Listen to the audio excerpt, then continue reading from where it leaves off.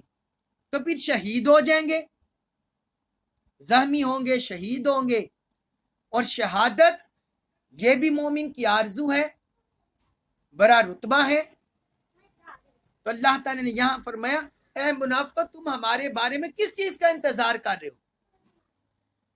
دو چیزوں میں سے جس کو بھی تم دیکھتے ہو وہ تو ہمارے حق میں بہتر ہے، وہ تو ہمارے لیے خیر ہے، اس میں ہمارے لیے خیر ہے اور بلائی ہے، چاہے غازی بن کر لوٹیں یا شہید ہو جائیں۔ اور آگے فرمایا وَنَحْنُ نَتَرَبَّصُ بِكُمْ، ہاں ہم تمہارے بارے میں بھی انتظار کر رہے ہیں، ہمیں تو دو بلائیوں میں سے کوئی ایک بلائی مل جائے گی، لیکن تمہیں کیا ملے گا؟ اگر تم جنگ میں نکلتے ہو، مارے جاتے ہو، تو پھر کیا ہوگا؟ اللہ کے ہاتھوں عذاب میں گرفتار ہوگے، آخرت میں تمہارا عذاب منتظر ہے کہ تم اسلام کے خلاف سازشیں کرتے رہے، پیغمبر اسلام کے خلاف جاتے رہے، تو پھر تمہارا انجام تو بدتر ہے، اللہ کے ہاتھوں عذاب میں گرفتار ہوگے۔ اور دوسری صورت یہ ہے اگر تم نے اپنے ہتھ کنڈے، اپنی سازشیں، اپنے فتنے نہ چھوڑے تو پھر ہمارے ہاتھوں سے عذاب میں گرفتار ہوگے، پھر ہم تمہارے خلاف اپنی تلوار استعمال کریں گے، جس طرح حضور صلی اللہ علیہ وسلم نے بنو قریظہ، بنو قینقاع، بنو نذیر، جو یہودی قبائل تھے یا جو منافق تھے، عبداللہ بن ابی اور دوسرے جو منافق تھے اور جو ان کے ساتھ تھے، حضور نے ان کے خلاف حکم صادر کیا اور ان کو تہہ طیق کر دیا۔ تو فرمایا یا تو تم اللہ کے عذاب میں گرفتار ہوگے یا ہمارے ہاتھوں عذاب میں مبتلا ہوگے، تمہیں سزا ملے گی۔ فَتَرَبَّصُوا إِنَّا مَعَكُمْ مُتَرَبِّصُونَ، فرمایا اچھا اب تم بھی انتظار کرو، ہم بھی انتظار کرتے ہیں۔ تو تو دیکھتے ہیں کہ کس کا انتظار نتیجہ خیز ہے، اور الحمدللہ ہمیں پتہ ہے کہ اللہ کی جو معیت ہے وہ اللہ کے رسول کے ساتھ ہے، اللہ تعالیٰ اپنے حبیب کے ساتھ ہے، اہل ایمان کے ساتھ ہے، لہذا غزوہ تبوک کے موقع پر بھی مسلمان فتح یاب ہو کر لوٹے، اس موقع پر بھی فتح یاب ہو کر لوٹے، اور بعد میں بھی جس محاذ پر مسلمان گئے کامل ایمان کے ساتھ تو مسلمانوں کو فتح نصیب ہوئی، کیونکہ اللہ کی مدد و نصرت وہ اپنے اللہ کے رسول کے ساتھ اور اہل ایمان کے ساتھ ہوتی ہے، مگر منافق لوگ یہ نہیں سمجھتے، منافق لوگوں کی یہ سمجھ اور شعور نہیں ہے۔ اللہ تبارک و تعالیٰ سے دعا ہے اللہ تعالیٰ ہمیں منافقوں کے فتنوں سے، ان کی سازشوں سے اپنی پناہ عطا فرمائے، اسلام اور اہل اسلام کی حفاظت فرمائے، ہمیں قرآن مجید کا کامل فہم نصیب فرمائے، ماہ رمضان المبارک کے برکات کے ساتھ قرآن مجید کے ساتھ کامل تمسک نصیب فرمائے، اور ہمیں اس پر عمل پیرا ہونے کی توفیق عطا فرمائے۔ وما علیہ الا البلاغ المبین۔